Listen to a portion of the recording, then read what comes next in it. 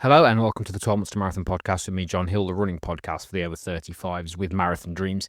Episode 72, is caffeine good for runners? So what's going on with me at the moment? Well, I've had a bit of a deload week this week, recovering from a little bit of a strange coldy thing, which I'm just getting over. 'Tis the season and all that. And obviously my foot is healing nicely. Again, I dodged a bullet on that. If you didn't know, I dropped a 20 kilogram sandbag on my foot, which has healed quite nicely. Bruising's all come down, swelling's come down. Still a bit sore as expected. It's only been a couple of weeks, but it's all good. And then just getting myself into a space where I can take a bit of a break at the moment so I can build my base for my marathon training, which starts on the 22nd of December for my marathon next year in Boston, Lincolnshire, here in the UK. And I'm excited to be welcoming a lot of runners into my program at the moment, because obviously the spring marathon training season would start very soon for a lot of them. So yeah, it's all very exciting stuff. So I wanted to talk about caffeine because it's based on a conversation that I had this week with somebody around sleep. Now, I'm very big on sleep. It's something that I think a lot of people neglect.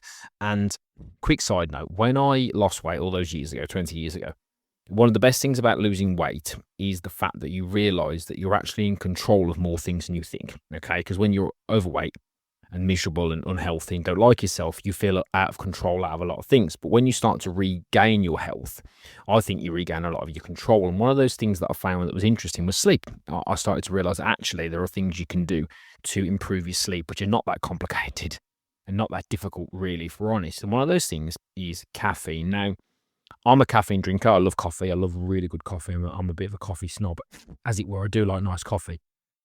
So I've always drank caffeine, but the one benefit from my own personal experience of drinking coffee is that I don't use it as a crutch.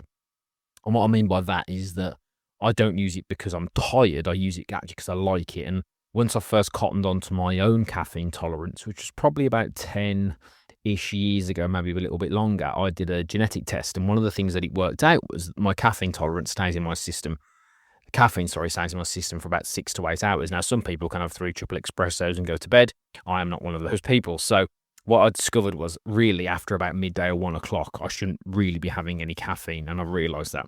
I have used caffeine to improve my own performance. I've used it in gels. I've used it in some energy bars that I've used. And I've noticed a correlation in my own performance on caffeine. So I'm going to just go through with you today some pros and cons from personal experience and also some research that I've done over the years, because I've read everything from caffeine is terrible, it's addictive, it's a drug, to caffeine's okay, it's full of antioxidants, and it can really help you. So I think there's some definitions that need to go out there first, which you need to understand. So one of the I've used the word already. So is it a crutch? Is it a sneaky performance enhancer? What does it actually do, right? And I think we need to get into the definitions first so we can understand it a little bit better. So let's give you the pros and cons.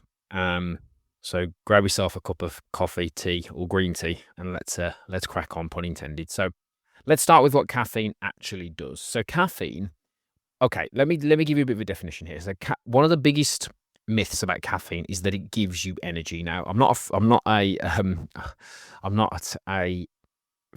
into physics. I don't understand physics, but for basically, you can't create energy. Okay, so caffeine doesn't create energy.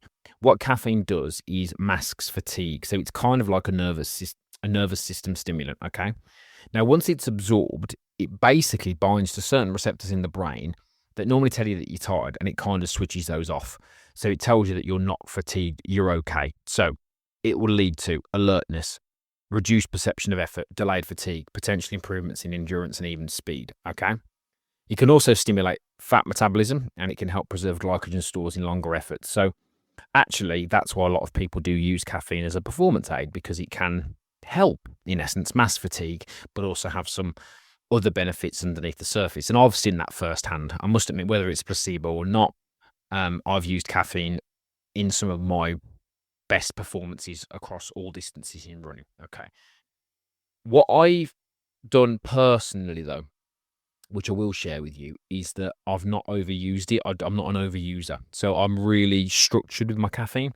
Like, I won't use it after a certain time, like I said. So I think you do almost have to have that inbuilt, pun intended, like alarm clock to say, hang on, am I relying on this too much? So that's important as well.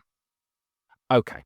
So Let's break down some of the key benefits of caffeine for runners. So, multiple studies have shown that caffeine can improve time to exhaustion in long duration efforts, which is good news for us marathoners and half marathoners. In racing training sessions where you need mental sharpness, like track, time trials, or races with a strong pacing strategy, caffeine can help you stay focused and locked in.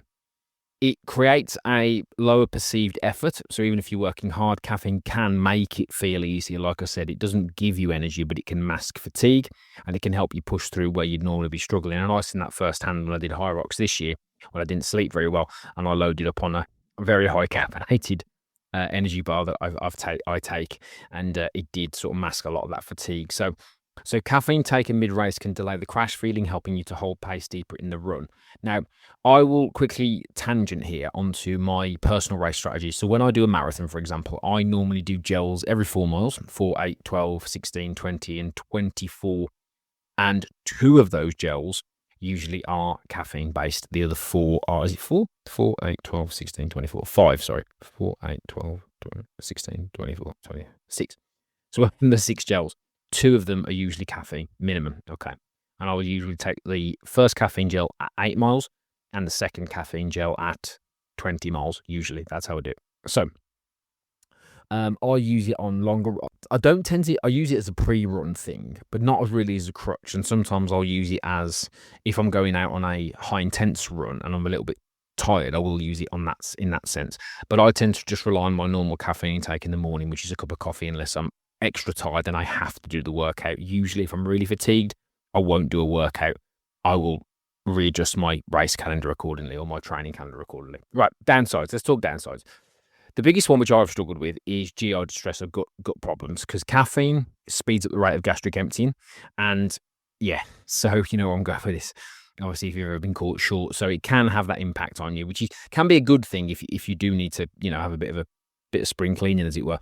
But it also is a bad thing for runners, because if you drink a load of caffeine before you go out and you're on a long run and you get caught short, that's a problem, and it's also uncomfortable and not very pleasant. So it can impact your sleep, particularly if you are not aware of your caffeine tolerance, and caffeine does impact your sleep levels. It can do that, and it does do that. So you have to really be aware of how caffeine impacts you on a longer term basis, because sometimes even if you do train, it can impede your sleep. Now, I'll tell you a story about that. Once I made a big mistake in the gym, was I got one of those little bottles of pre-workout because I was a bit tired and had 200 milligrams of caffeine in, and I had it at 9 a.m. and I struggled to sleep because it was that strong, and I remember shaking from having it, which is not a good move at the thing. So you need to understand a little bit about your caffeine tolerance. So even if you go on an afternoon run, for example, in mid-afternoon or evening, and you're relying on caffeine, it could be a problem for sleep later on. So what you don't want to do is have too much over-reliance on it. So you don't want to depend it like a crutch, even with your running performance. You don't want to say, oh, I need coffee every time I run, or I need caffeine every time I run. I don't do that. I don't need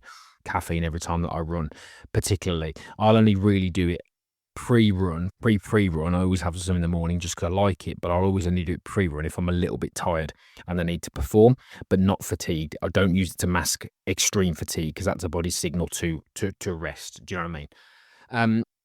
You've got to bear in mind as well that your body will adapt and diminishing returns. So if you keep drinking loads of coffee or caffeine or whatever it might be, or supplements with caffeine, your body can get used to it. So it won't have the same performance. So you have to keep an eye on that. And then, of course, you have to keep an eye on your heart rate and the jitters. So if you are seeing longer-term impact on your heart rate from drinking or too much caffeine or taking too many caffeine supplements, you have to be aware of that as well. So if you are a caffeine person, here's how to use it smartly. So test it out. Test everything out. I mean, fueling, which I'm going to put this in the category of, is an experimental thing. Now, a lot of people always ask me about fueling, and I always say the same thing.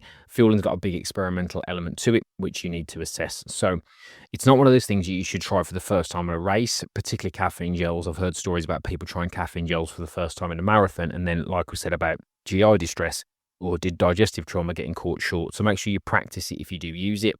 Make sure that you are doing some research about the effective dose, because like I mentioned about that 200 milligrams, I think you've just got to be very, very careful. I think a typical gel will have about 80 milligrams in. Now, if you're knee deep into a marathon, I've never seen that touch the sides and impact me negatively because of the fact of how much energy that you're burning. But you have got to test that out, and you have got to be just a little bit careful. That's why these certain drinks and certain things carry health warnings, because there are, there is, sorry, a massive amount of caffeine in some of these things. So you have got to be extra careful. And you've got to also start low and build it up so you're not going sort of too far in and you're not struggling mid-run. So make sure timing's important pre-run. So what you don't want to be doing is chugging down like a load of coffee, for example, or a load of fluid and then going straight out. You want to give it a little bit of time. So if I take a supplement, which I have done, which is like an energy bar with caffeine in, I'll typically do that half an hour before I go out. And it might be advisable if you do struggle with it to cycle it a little bit. So maybe cut back, particularly if you're around a race and you know you're going to be going in a little heavier on the caffeine, particularly in race. It might be an idea to cycle it back after that and just reduce it for 7 to 10 days. And then, of course, just make sure that you are looking after your sleep. So if you're training sort of afternoon, or evening, and you're taking a lot of caffeine, you might just have to be a little bit conscious, and you might just have to look at that. So back to, is it good or bad? Well, I think it's got to be looked at objectively, and I think strategically, yes, it can sharpen your performance. I've seen that personally. I've not seen any negative health benefits from it. I wouldn't say I'm dependent on it. I certainly would not say that. That's not something I've ever said, because I don't need it throughout the day, so I don't use it as a crutch. But that's my own personal experience. I think if you're looking at it as a crutch, then this is when it can not only wreck your gut, mess with your sleep, and also that can create a dependency, because the problem is you're not sleeping very well. And then you get caught up in this cycle of, I'm not sleeping, so I drink caffeine all day. Now, I'll tell you the story about some of the things I've dealt with in the past when coaching people around sleep. I've always said the number one thing to fix your sleep is reduce your caffeine. And you'd be amazed how many people don't know there's, say, caffeine in English tea, for example, English breakfast tea or any sort of tea, because they just don't think, because there's a linguistic problem there, because they think caffeine, coffee. They don't associate it with tea. So a lot of people, particularly where I'm here in the UK, will chug tea all day and then wonder why they can't sleep. So it is a tool. It's not a magic pill. It can't give you energy. It can only mask fatigue, and it has to be used carefully, because, it can cause a myriad of problems if used recklessly and not with the right intentions. So I'm very controlled about it. I do like coffee particularly as a daily ritual of mine. I just like it. It's something that I do. But I'm also aware of what strong caffeinated drinks particularly can do if drank throughout the day. I'm also very conscious about some of the energy bars I've used and some of the gels that I've used, because they do carry quite a bit of caffeine in them. And it's an instant hit, you're taking that straight away, and there's no real digestion involved or anything like that. So you have got to be a little bit careful. And I've made sure, particularly with the higher caffeine supplements that I've used, there's a good one from Vroom, VOOM. It's got 175 milligrams of caffeine in the bar, and I'm also conscious that, do I actually really need that? So I have used them in the past, particularly if I'm going on if I'm trying to do a PB or I'm racing, say half marathon or marathon, but I've also looked at it and said, actually, do I really need that today? Because I've had enough sleep, I've had some coffee in the morning, I've hydrated. Do I really need that? And I think that's the best way to look at caffeine in a disciplined sense, to be able to make that objective view. So in my personal opinion, I've never seen any negative health benefits from it, but I'm not dependent on it, and I don't use it as a crutch, and I do use it strategically. So my advice to you is, of course, if you are able to have caffeine, there's no problems that you've got, you're aware of in terms of having caffeine, then just use it strategically if need be.